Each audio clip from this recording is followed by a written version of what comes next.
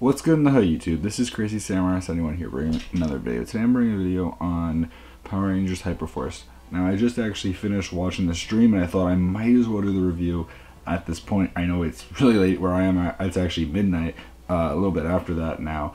And I thought I would do this review because I wanted to give you guys my thoughts on this episode. I'll tell you this right now, it was really good, actually. In fact, the first episode was exciting because it was the first episode, but this one felt a little bit better because I understood that, like, the concept was clear. And a lot of the actors seemed a lot more comfortable, and the story was moving at a better pace, and it didn't feel as slow as it was in the first one, where it was kind of a lot more of getting the characters familiar with each other and really just setting up the overall story. Now, it's still that, but it's a little bit more calm and better in a lot of ways. But also, there was so many really cool moments in this episode, and the thing that I love about the show already, and you know, we're 2 episodes in, which, you know, you're thinking to yourself, 2 episodes in, that's really early, is that there's really a good feel of, like, fandom here, and that's something that I love. And I'm talking about from the actors and just in general from the community. That's something that's really appreciated, in my opinion, that the show is really pulling itself from, which is not always the case. Definitely not. And I'll tell you this much right now, it was a really good episode. You know, it brought the Rangers to the past after them having to deal with actually being on the ship and looking around for different weapons and all sorts of different things. And you know, that was interesting. They got somewhat more familiar with Alpha 55, who was from the year 3015. That's when he was built, apparently, which is interesting. When they went to the past, they ended up at Halloween, which again, if you guys are watching this, after it comes, like the day it comes out, it's the day after Halloween, but they were doing it for a Halloween episode, and that was cool because each of them were actually dressed up for this event. So like Paulie was dressed up as Jack, the Yellow Ranger, was dressed up as a samurai, and Andre, or what do you call it, Eddie, was dressed up as a superhero, and Marv, or Peter, however you know him as, was dressed up in his own. I mean, all of them were dressed up. It was just really cool, and I liked that a lot. And when they went to the past, like, they had to deal with, like, 90s issues and everything, and they had to dress a certain way, so, like, they described how they looked and everything. We had Eddie, who seemed like a kind of a cool character, who knew, like, the 90s get-up, and had, like, he was supposed to be, like, the historian that knew all sorts of stuff about the past, and just was, like, a fan of that time, which is just really cool. And also, they went to and since they went to Angel Grove, they actually went to the youth center, which was very cool. I actually liked it a lot. And they met Ernie, which was something that I was so happy to see that they brought that in there, and that was really nice to see happen.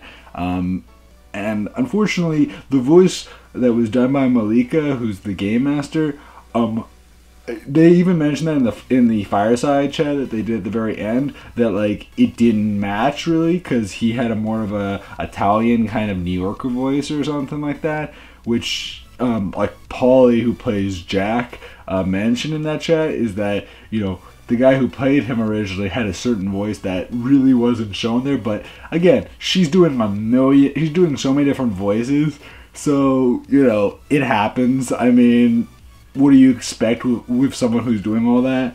But anyway, they have all that happen. They get to taste candy for the first time. They've never experienced Halloween before, which is also interesting. They initially get togs, which are really just a clever way of not borrowing the name of Pogs, which was a 90s gimmick, if you know what that is. Which was cool that they mentioned all that, and then they ended up getting actual money. And additionally, they mentioned all like the fruit bar, like the different fruit shakes and stuff like that Ernie would serve. and, you know, the martial arts and the gymnastics areas. I mean, they mention all that stuff. They didn't go into huge detail, but it was mentioned. The other thing that they kept on trying to maybe hint into, but like didn't actually get towards, was them interacting with the Rangers of the year 1994, which they didn't do that this episode. I'm sure they're going to do it, if not the next episode, very soon, like in the next 2 episodes at most. But yeah, no, that was interesting. Additionally, they did end up getting to fight some putties, which was really cool that they got to do that.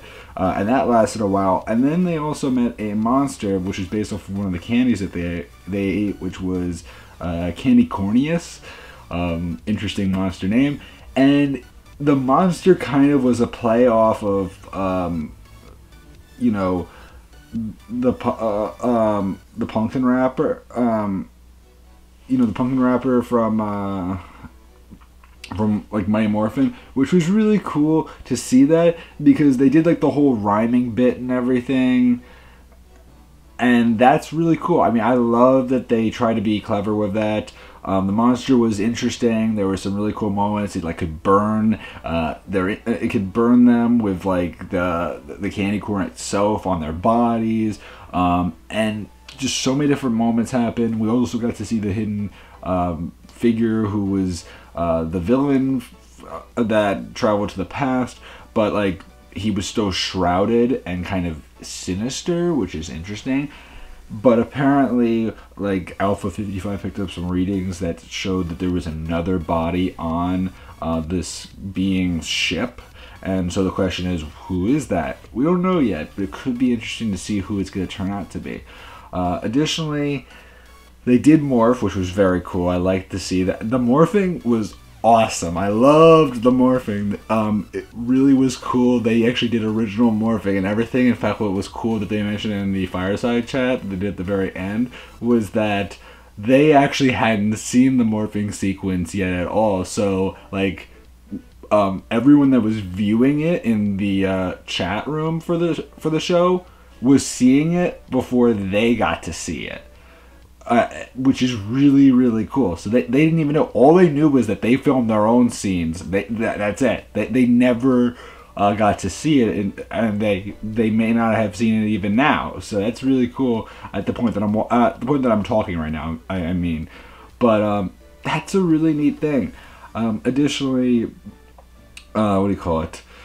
They use all sorts of different weapons. Like they use a weapon that's like a combination of like their Chrono Blasters and I think like another weapon that they have or something, which is also really neat. And the episode ended in a pretty intense way with Jack being put into a position where his health is so weak to the point that they're not sure if he's gonna live. And yeah, it left us off with a big question. What's going to happen to Jack? Is he going to live? Is he going to die? Is this the end of him? Or what's going to happen? So, of course, you would think, okay, episode 2 doesn't seem likely that they'll like cut him out of the show that fast. And I guarantee you they won't. But the question is, how will he come back? You know? Will it be that maybe they'll have to interact with the Mighty Morphin Power Rangers of 1994? Or will it be something else that will happen that will give them the power that they need? Maybe Zordon will come back? You never know.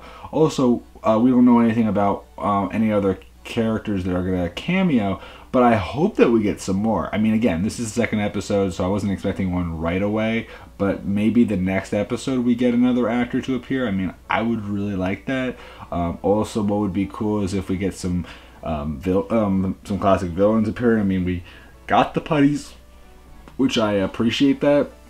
I'm not sure if they were from the Alliance or if they were connected to Rita Repulsa or something like that. But that was interesting to note. But as a whole, I mean, it was a really good episode, and I'd love to hear your guys' opinions. Did you guys enjoy it? I love a lot of the characters. I mean, Chloe's a really cool... Chloe, unfortunately, actually was really sick, which is why she really wasn't focused on. People kept on wondering, like, what's going on with her and stuff, because she actually had 106 fever during this episode in real life.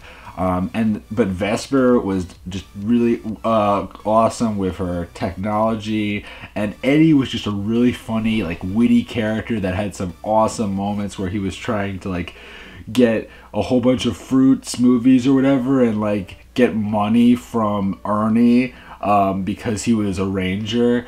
I mean, there were some clever things done here, and there was, like, this great chemistry between him and Marv, and Marv's, like, this immature character that has some past with Jack, and has gained a bond with Eddie. I mean, there's good connections, there's a lot of stuff going on, and it's just really exciting. I can't wait to see how this is going to progress, because I wasn't sure what to expect after watching the first episode. I'll tell you this much right now, it feels even better. Like, it feels more secure, and it feels like they've really gotten things going in a way where I'm more hopeful for the overall show, because I was worried, but I'm feeling even more happy than I felt last episode, where I was still very hesitant as to whether or not this would be a worthwhile show to watch. This was really good, so I'd love to know your opinions.